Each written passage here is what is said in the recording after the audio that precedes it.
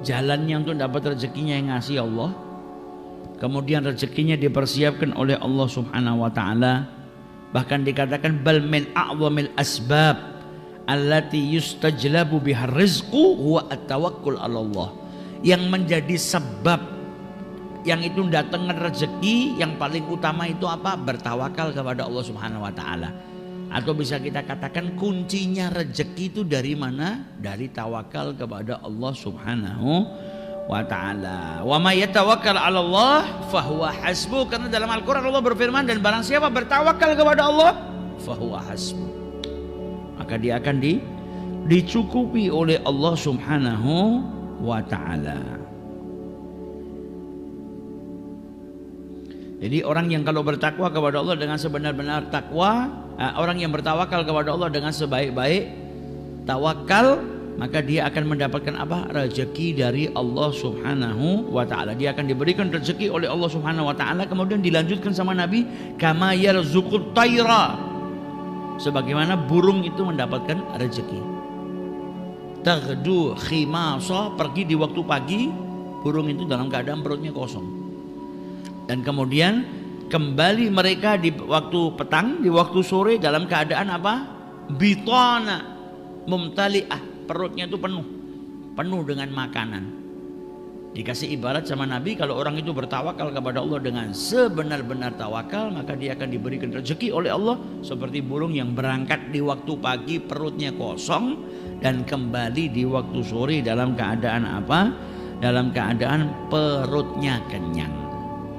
Nah, di sini yang perlu kita pahami, sering kita dengar ya kalau kita bicara masalah tawakul, bertawakal kepada Allah, apakah orang yang bertawakal itu harus meninggalkan ikhtiar? Cukup bertawakal kepada Allah, apa tetap harus berikhtiar kepada Allah Subhanahu wa ta'ala? Maka para ulama menjelaskan tawakal sama ikhtiar itu enggak berseberangan. Tawakal sama ikhtiar itu bukan sebuah amal yang kemudian kalau dilakukan tabrakan atau berseberangan, tidak.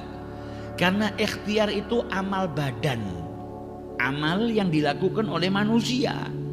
Sedangkan tawakal letaknya bukan di tubuh, tawakal letaknya di mana?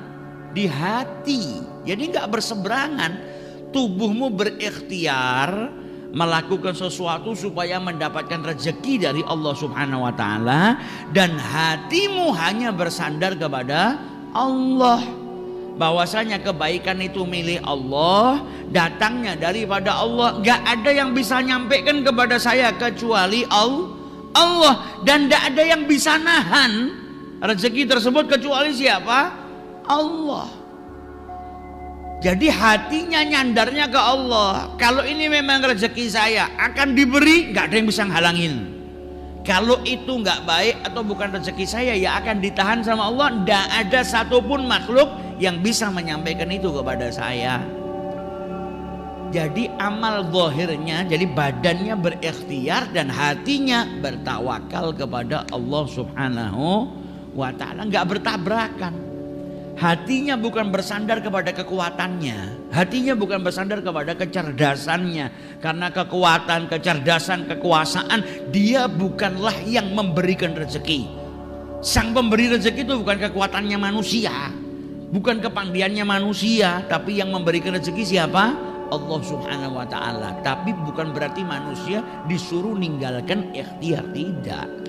Tubuhmu tetap bertawakal, tubuhmu tetap apa? Melakukan ikhtiar. Karena Nabi SAW juga menjelaskan kepada kita, talabul halal, mencari yang halal itu wajib hukumnya.